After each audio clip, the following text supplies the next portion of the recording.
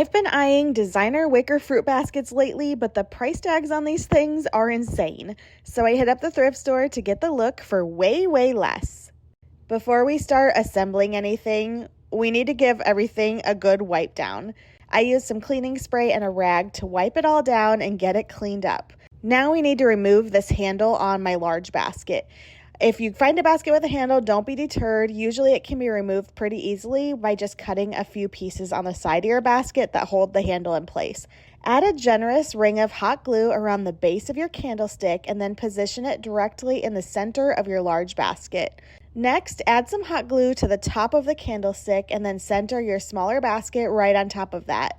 Try to line it up as evenly as you can because you really want this to look symmetrical from all sides when you're done. And just like that, you've created a two-tiered wicker fruit basket that looks similar to the designer ones that cost a few $100s, but you spent just a few bucks at the thrift store. If you've got a junk drawer like me, then chances are you're going to find something exciting in there. And I have these little tubes that I have used in other projects in the past, and I had a few extras, so let's use them. So I went to Dollar Tree and happened to snag these super cute candle holders. So I'm going to use my hot glue gun and really fill up the bottom of that candle holder with as much hot glue as I can, and then I'm going to press the tube inside. I'm going to go ahead and put some water in the tubes. There's no point trying to pour water around the flowers once they're in there. So fill them up about halfway with water. Once you've got them placed, I happen to have a boxwood wreath that I got at Target years ago, and the 3 candle holders fit inside that wreath perfectly, and the green really helped to bring just a little bit more color to the whole arrangement. The next time you come across some simple wicker baskets, consider these creative ways to decorate and store with them. I'm arranging some wicker baskets on the floor that are of similar size. Reaching for my full plants, I'm placing them inside the various baskets. Now I'm going to hang each basket on the wall in a few different ways. If the basket is large enough, I'm attaching the basket to the wall by screwing it from the inside. With a smaller basket, I'm using a handheld screwdriver to attach it instead. Finally, I'm inserting a screw into the wall, then simply hanging up a basket. With all the baskets now hung where desired, I'm positioning the plants inside each until they have a full and lush look. And the end result is an instant mini live plant wall that won't need watering. Next up, I'm selecting a smaller basket with a long handle. I'm unattaching the handle, reaching for a touch LED light. The basket is being placed over top of the small lampshade, instantly transforming a standard lamp into one with rustic personal charm. My front entry was in desperate need of a tidy-up. I'm removing the jumble of exposed shoes that are piled up under the entry bench, then sweeping underneath the area until it's clean. Choosing some baskets that fit under the bench, I'm sorting out all the shoes by how we use them. The older gardening shoes are being placed in one basket, while the everyday good shoes are being placed in another. Now I'm sliding each basket into place underneath the bench. This is also a really good time to consider purging a few that are no longer being used. I am leaving the area by the door basket free so I can place our most used shoes within easy sight. Since I also have some shelves with gloves and such in plain view, I'm going to beautify that area too. Each shelf is being completely emptied of all contents for a fresh start, then brushed clean. Now baskets are being outfitted onto each shelf to get a feel for what looks good.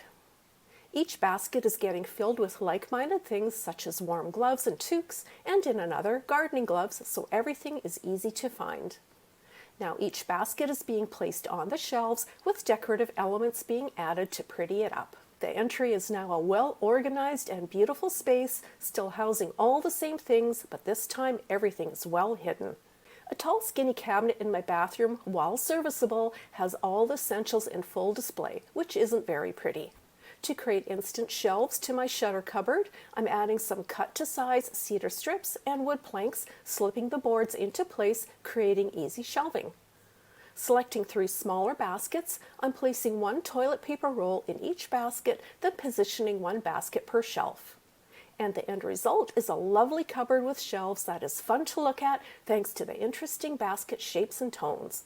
With each basket different, they look like a pretty display. However, the extra essentials are right within arm's reach whenever they are needed. Lastly, here's a fun way to add a decorative element to your ceiling that takes up no space at all.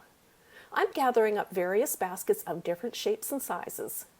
Gathering some different ways to hang each basket, such as twine, chain, or rope, I'm creating a way to hang up each basket. After installing an old window frame to the ceiling, I'm now hanging up each basket until the window frame is completely full.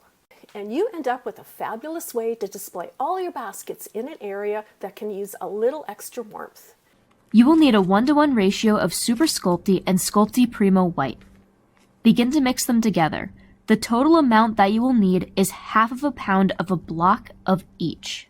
Super Sculpey can take a bit to warm up and mix. It is a very solid and a heavier duty polymer clay. To mix both clays, push equal parts of both clays together and twist.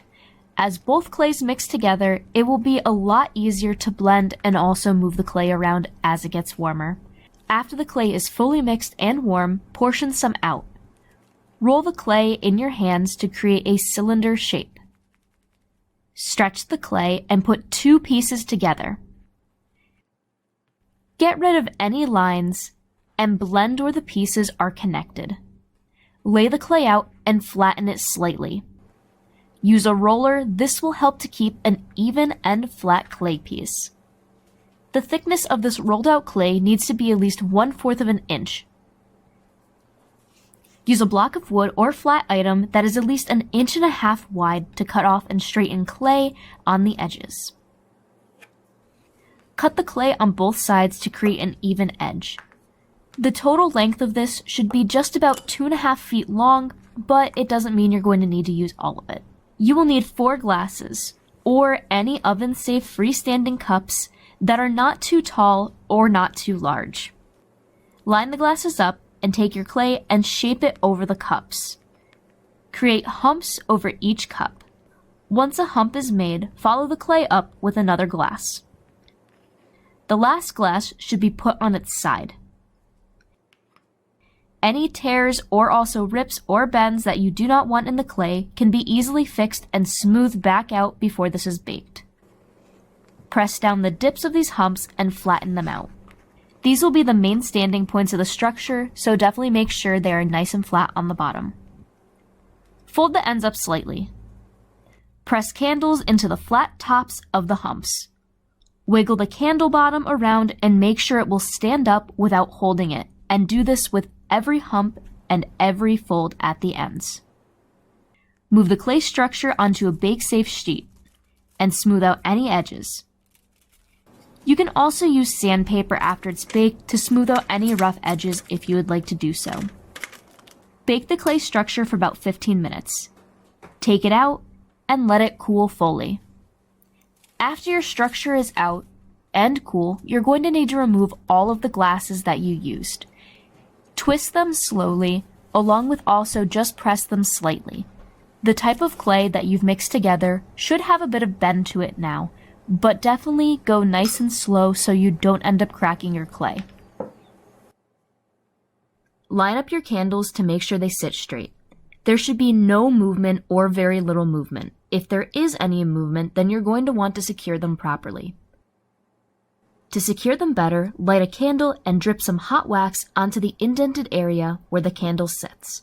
Before the wax cools, place the candle. This will make it less likely that the candles will move at all. Now that you have all of your candles in place, light them all. This candle holder dupe will look great as any centerpiece or on any shelf. Always remember when you have lit candles in your house to keep them away from any loose hanging fabrics and also to keep an eye on them. Thank you for watching. I will see you next time.